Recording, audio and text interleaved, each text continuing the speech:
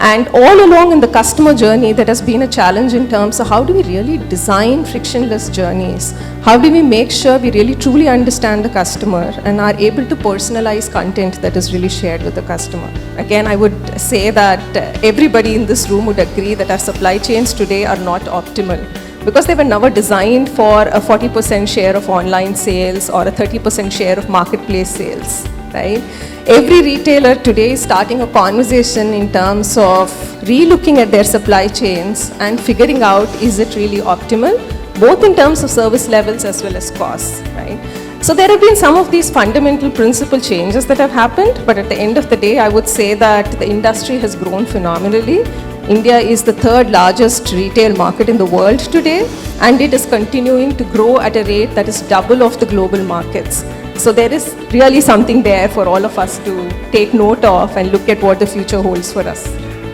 You know, this has been, I think, one of the biggest pain point for every retailer in terms of how do you ensure that we are able to provide that seamless experience across online and offline. So would love to hear from you guys on the kind of problems and how do we go about it. So post 2015 and especially after and during the pandemic, my company, especially Incref, got a lot of boost in terms of retailers wanting to expose their entire inventory in their warehouses to the online sales channels, because at that point of time that was the only avenue available for sale.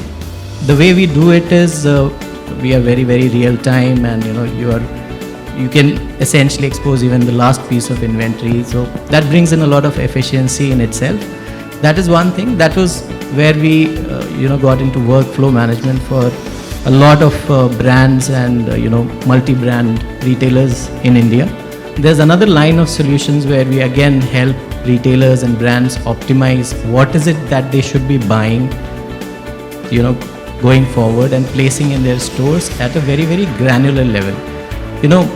One of the studies that Anshuman, our co-founder, he has moved to UK. He met a lot of brands there, and he has realized that everybody is still working on Excel, right? When you have so much power of computing available to optimize your entire supply chain, buying, planning, everything that you can do, right?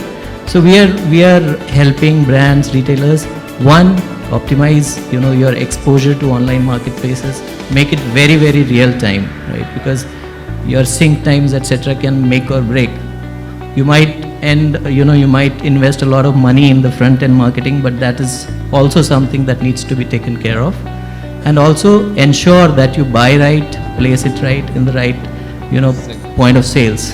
So that's what we are doing. A lot of the D2C exclusive, right? People who are selling online only are also getting into physical store space. The story is big time. So coming back to the points that were being made here, that people want to still feel the product and buy it only once after they've felt it, even though it's exclusively available online. It's getting more experiential as we go along, evolve in this journey.